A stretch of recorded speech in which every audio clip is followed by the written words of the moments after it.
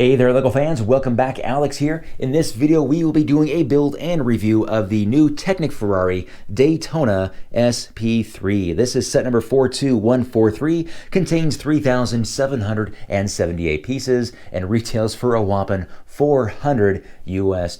Now of course this is the LEGO Group's latest entry into the 1/8 scale supercar segment. It all started back in 2016 with the brightly colored orange Porsche. 2 years after that we got the Bugatti.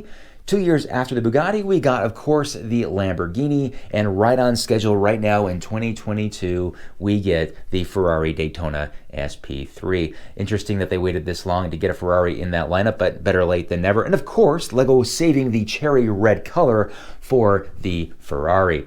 Now, the first thing I noticed about the Ferrari when I saw it in my LEGO store was the shape of the box. It's a very unique shape than what I'm used to seeing in my many years of collecting LEGO sets. Even looking at the three supercar predecessors to the Ferrari, they're all very similar shaped boxes, which makes it a lot easier to stack them and store them.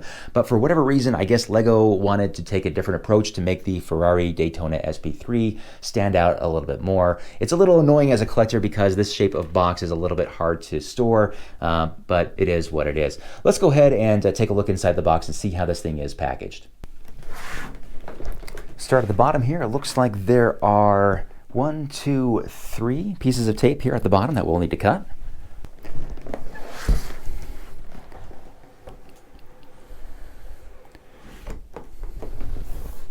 There we go. Let me turn this around. We'll get a better look at this. Very nice looking. Looks like there are 3 boxes.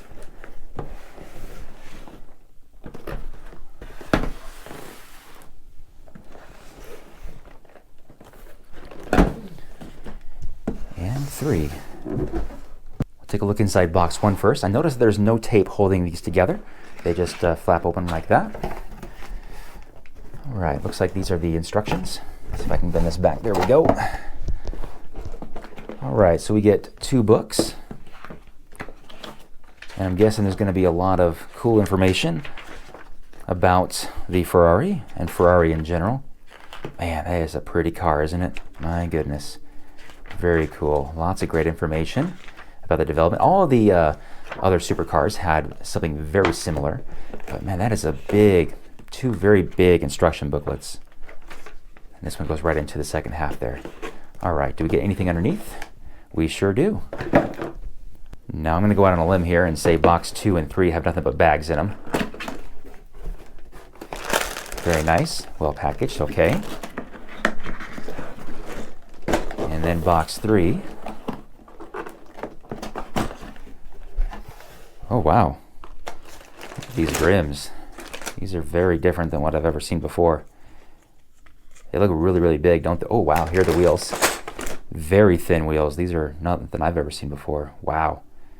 Cool. It'd be fun to compare this to the other cars. But for now, let's go ahead and get into the build. We'll do a time-lapse build of this thing, and then when we're all done, we'll do a review and find a place for it downstairs next to the other supercars.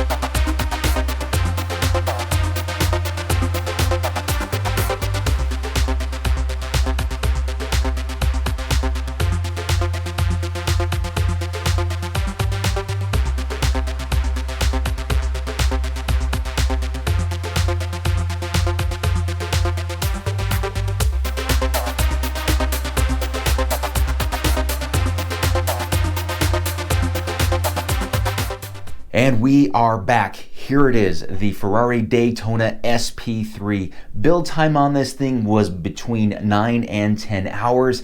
It was built in 7 sections. What I mean by that is all the bags are labeled 1 through 7. So every time you're opening up a section, it is like you're building a large Lego set. And this being a Technic set, it means that there are a lot of tiny technical pieces that you are putting together. You start right away with the gearbox and engine, and it's not until section 5, I think, that you really start to see the figure of a vehicle coming out of this thing. And that's when I got really excited, was when I finally saw a lot of the paneling coming together with this thing. But I will tell you this, once I was done building this thing, and throughout the build too, my fingers were hurting. There's a lot of tiny pieces you're pushing into little slots here and there, and it's tough on your fingers. So take your time on this thing if you want to, have your fingers not hurt as bad. But anyway, the end result is worth it. Just look at this thing. It is beautiful. I'm always amazed by the designer's ability to take a supercar with so many curves and be able to mimic it so well with Lego bricks. Not a very easy thing to do. One thing that really impressed me the most was the rear of the Ferrari. There's a lot of difficult lines to replicate with Lego bricks, but one part here they use some rubber elements to help get the curvature of these areas above the wheel well. It really comes together really, really nice, and of course that cherry red look on it is just absolutely fantastic. So let's talk the features of this vehicle. We'll start at the back here and work from the outside in. The whole rear does open up here to reveal that glorious V12 engine. And I love how this whole door keeps itself open. Now, you can't slam it shut if you just kind of push it down like that. It does slam shut. Not too bad, but some people might not like that. You can just gently close it like that. The middle roof does come off, so it does become a convertible just like that. Really, really easy, and easy to put that on and off, as you can see there. The bonnet, or the hood of the car, does open up to reveal a very sizable trunk space. Here we see some of the elements there for the steering and suspension, and you get a tile inside there for the serial number of your Ferrari Daytona SP3. Now, one thing I don't really like about the hood of the car, if you open it up too far, it does interfere a little bit with this rubber element that is supposed to be a representation of the windshield. So I guess it's not supposed to open that far, but that kind of bugged me a little bit.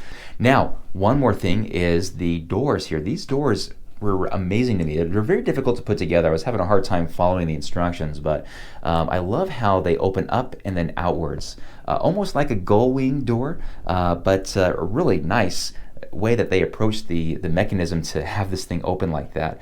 And they close really well too. If you just have to push down here at the top, down towards the bottom, it's a really, really nice fit, and continues the continuity of the side of the Ferrari. The interior of the Ferrari is blue, a very interesting choice in color, but I think it mostly works here. We get a little gear shift. Of course, in the middle is neutral, and then of course we have a reverse and of course drive, very similar, or identical I should say, to the supercar predecessors of it.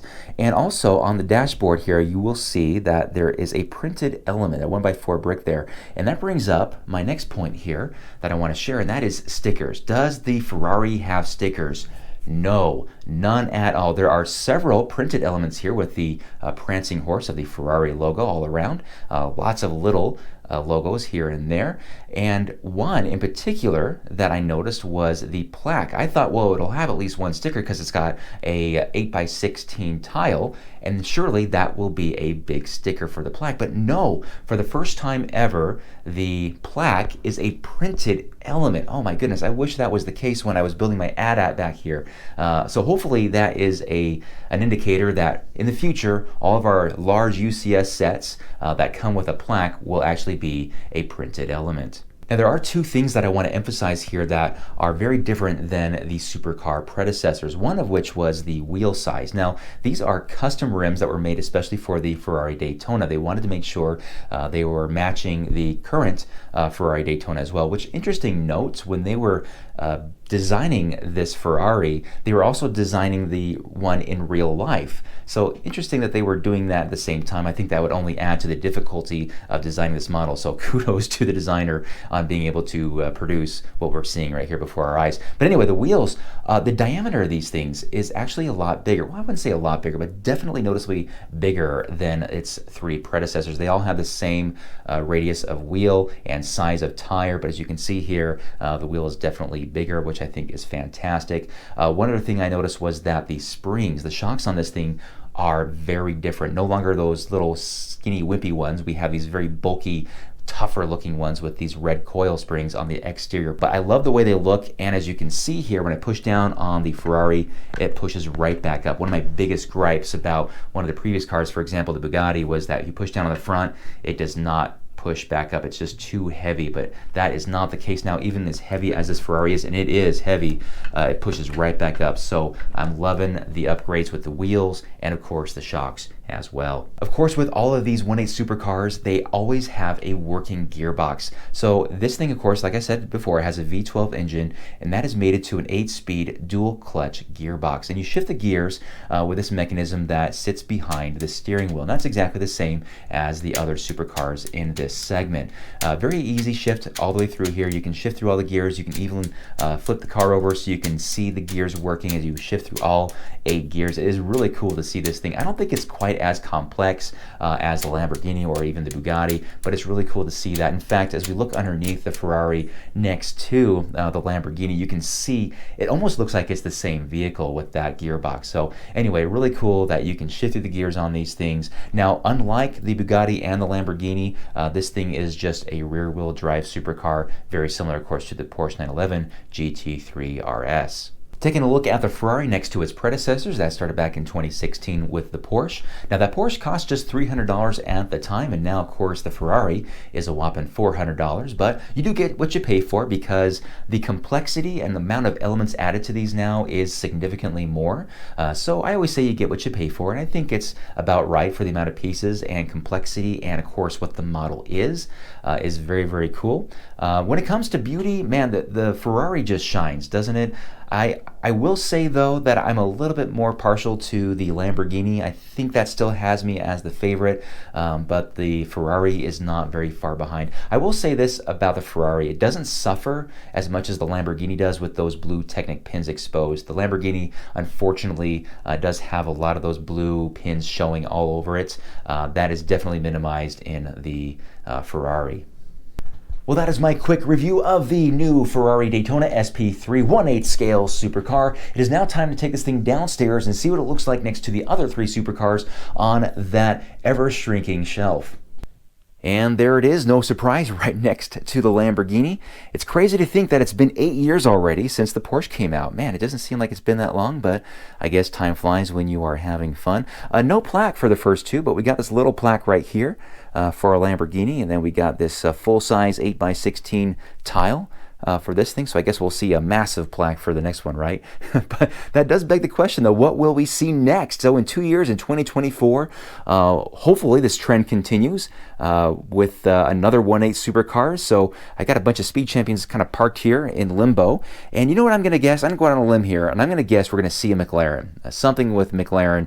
We'll see. I don't know. We can do a Mercedes. It would be really cool to see one of those old Le Mans cars, right? Those 24-hour race cars.